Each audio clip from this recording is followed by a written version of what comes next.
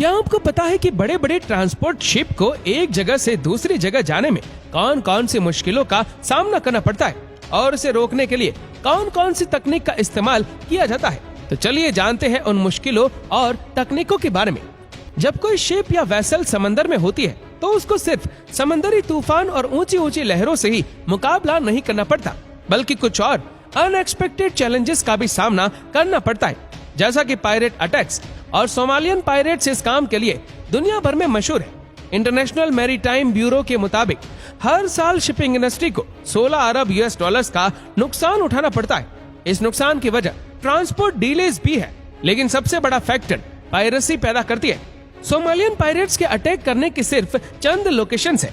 एक है सोमालियन सी, दूसरे नंबर पर आता है गडार्फी चैनल, तीसरी और सबसे इम्पोर्टेंट लोकेशन है गल्फ ऑफ एडन। वो तमाम शिप्स जिनको एशिया से यूरोप जाना होता है वो गल्फ ऑफ एडन को इस्तेमाल करके सुएज कैनाल के जरिए मेडिटेरेनियन सी में निकलती है। पूरी दुनिया की ट्रेड का एक बहुत बड़ा हिस्सा गल्फ ऑफ एडन को इस्तेमाल करता है, जिसमें सबसे ज्यादा ऑयल ट्रांसपोर्ट वेसल्स होती है और यहीं पर सोमालियन पायरेट्स के हमलों का खतरा रहता है।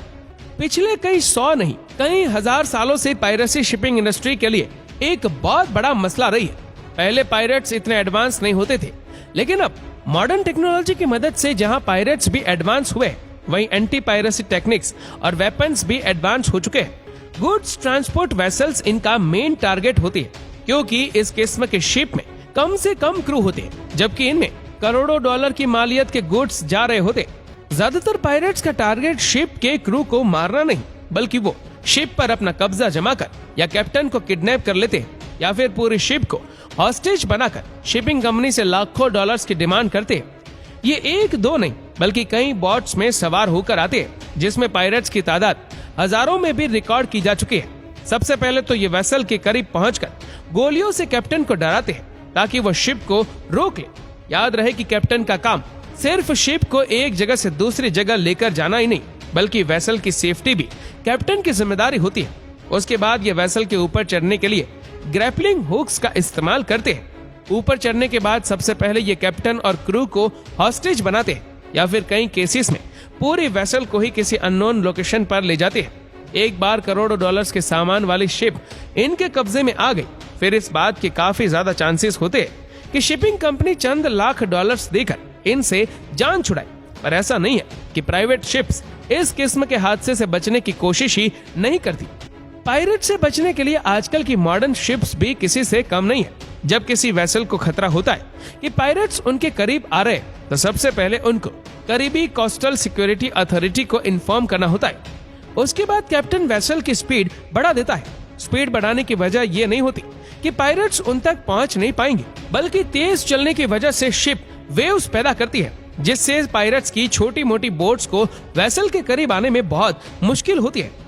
अब जब तक कोस्टल अथॉरिटी वेसल तक पहुंचे और पायरेट से मुकाबला करे, तब तक कैप्टन समेत तमाम क्रू मेंबर्स को पायरेट्स का टाइम जाया करना होता है। और इस काम के लिए कई एडवांस मेथड का इस्तेमाल किया जाता है, जिसमें नंबर 1 पर है वाटर कैनन्स। ये वाटर कैनन तकरीबन तमाम शिप्स में ही लगे होते हैं और ये पायरेट्स को रोकने के लिए सबसे इफेक्टिव मेथड समझा जाता है। इस किस्म की नोजल शिप या वेसल की चारों साइड्स पे लगी होती है। एक एक नोजल सिर्फ 1 मिनट में 1350 गैलन समुद्री पानी फेंकने की काबिलियत रखती है, यानी हर गुजरते मिनट 5110 लीटर पानी, वो भी अलग अलग नोजल से। ये इतना ज्यादा पानी है कि जिससे एक एवरेज साइज का स्विमिंग पूल सिर्फ 10 मिनटों में भरा जा सकता है। इसका प्रेशर 175 PSI या फिर गाड़ी के टायर में भरी हवा से भी 10 गुना ज्यादा होता है। इतना ज्यादा प्रेशर जब पायरेट्स पर पड़ता है तो वो उनको बोट से गिरा देता है और पूरी बोट को भी उल्टा सकता है। मरीन ग्रेड स्टेनलेस स्टील से बनी इस नोजल को ऑपरेशन रूम में बैठे क्रू मेंबर्स एक जॉयस्टिक की मदद से ऑपरेट कर रहे होते और इनको ऑटो पे भी रखा जा सकता है। जब इतना ज्यादा प्रेशर का पानी पायरेट्स की बोट पे पड़ता है तो उनकी ऑपरेट करने की काबिलियत बहुत कम रह जाती और ज्यादा वक्त वो अपने आप को संभालने में ही लगा देते हैं। अगर फिर भी वो वेसल के करीब पहुंचने में कामयाब हो जाए या उनके पास कोई बड़ी यॉट हो, तो वाटर कैनन का निशाना उनकी यॉट पर करके उसको दूर धकेला जा सकता है। नंबर 2, वाटर कैनन के अलावा कई शिप्स में इस तरह के व्हील्स भी लगे होते हैं, जिससे पायरेट्स की बोट के अंदर पानी भरा जाता है। जब पायरेट्स वेसल के करीब पहुंचने में कामयाब हो जाए तब इन व्हील्स को ऑन कर दिया जाता है। इसमें से निकलने वाली पानी की वजह से पायरेट्स की बोट्स में पानी भर जाता है और बोट की स्पीड कम हो जाती है। ऐसी सिचुएशन में अंदर बैठे पायरेट्स को मजबूरन वेसल से दूर हटना पड़ता है। Number 3, P traps. उस सिचुएशन में जब ये दोनों मेथड्स काम ना आए तब इस्तेमाल किया जाता है पी ट्रैप्स। ये शिप की दोनों साइड्स में बाहर निकले हार्ड स्टील के फ्रेम होते हैं जिसमें स्टील वायर्स लगी होती है। जैसे ही पायरेट वेसल के करीब आते हैं स्टील वायर्स को पानी में छोड़ दिया जाता है। पायरेट ज्यादातर स्पीड बोट्स का इस्तेमाल करते हैं जिसमें एक प्रोपेलर लगा होता है।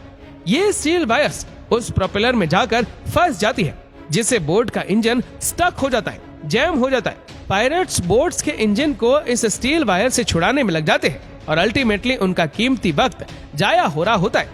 नंबर 4, एल रोड या फिर लॉन्ग रेंज अकोस्टिक डिवाइस। ये खास डिवाइस असल में ऐसा साउंड जनरेट करता है जिसको सुनते ही इंसान दूर भागना चाहता है। इसकी रेंज 5 किलोमीटर तक होती है और ये कुछ इस तरह की आवाज पैदा करती है। इस साउंड की पिच बहुत ज्यादा होती है, इतनी ज्यादा कि इसको इंसान बर्दाश्त नहीं कर सकता। एल रेड को न सिर्फ एंटी पायरेसी ऑपरेशंस में इस्तेमाल किया जाता है बल्कि अक्सर प्रोटेस्टर्स को भी भगाने में काम में लाया जाता है। नंबर 5, इन तमाम मेथड्स के अलावा पायरेट्स अटैक की सूरत में कई वेसल्स में इलेक्ट्रिक फैंस लगा दिए जाते हैं। इस फैंस में इतना ज्यादा वोल्टेज तो नहीं होता है कि किसी की मौत हो जाए, पर इसको हाथ लगाना इतना आसान भी नहीं होता क्योंकि ये फैंस अगर हर वक्त वेसल पर लगा रहेगा तो शिप पर बैठने वाले परिंदे भी मर सकते हैं। इसी वजह से अटैक खत्म होते ही इसको वापस फोल्ड करके बंद कर दिया जाता है। अप्रैल 2009 में शिपिंग कंपनी मैस अल्बामा की एक कार्गो शिप ओमान से केन्या की तरफ जाने के लिए रवाना हुई। सोमालिया के कोस्ट के करीब इस पर 1000 पायरेट्स ने हमला किया और क्रू मेंबर्स को बड़ी मुसीबत में डाल दिया। ये 200 सालों में पहली बार हो रहा था कि पायरेट्स ने किसी अमेरिकन शिप पर हमला किया हो। इस शिप में 21 क्रू मेंबर्स थे जिसमें शिप कैप्टन रिचर्ड फिलिप्स भी शामिल थे। क्रू ने पायरेट्स को शिप के करीब आने से रोकने के लिए फ्लेयर्स भी फायर किए और वाटर कैनन का भी इस्तेमाल किया, लेकिन 2 सोमाली पायरेट्स शिप पर चढ़ने में कामयाब हो गए। उन्होंने डेक पर जाकर शिप को अपने कंट्रोल में लिया और कैप्टन समेत क्रू मेंबर्स को हॉस्टेज बना लिया। पायरेट्स ने कैप्टन को गन पॉइंट पे लाइफ बोट में बिठाया और उसको किडनैप करके भागने की।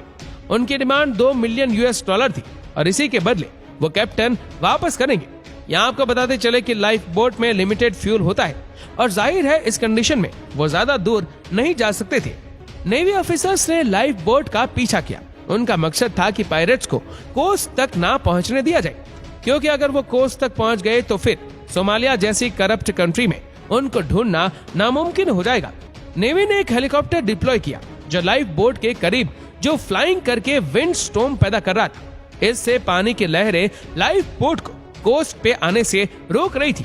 आखिर एक अमेरिकन शिप को लाइफ बोट के रास्ते में खड़ा करके उसका रास्ता रोक दिया गया। उनका सिर्फ एक ही मकसद था कि पायरेट्स का टाइम जाया किया जाए ताकि लाइफ बोट का फ्यूल खत्म हो सके।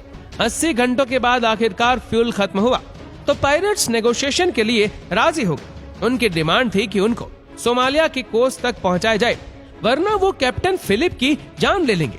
लाइफ बोट में टोटल 3 पायरेट्स थे जिन्होंने एक कैप्टन को किडनैप किया हुआ था। अगर नेवी ने एक भी गलत कदम उठाया तो इसका नतीजा कैप्टन की मौत होगा। नेवी ने 3 स्नाइपर्स मंगाए जिन्होंने फैसला किया कि वो 500 मीटर की दूरी से एक साथ तीनों पायरेट्स को खत्म करेंगे। पोजीशन सेट करने में और सही टाइम के इंतजार में कई घंटे लग गए और आखिरकार वो वक्त आ ही गया जब तीनों पायरेट्स एक साथ स्नाइपर्स के निशाने पर थे। तीनों ने एक साथ अपना ट्रिगर दबाया और आखिर पायरेट्स को मारकर कैप्टन रिचर्ड फिलिप को बचा लिया गया।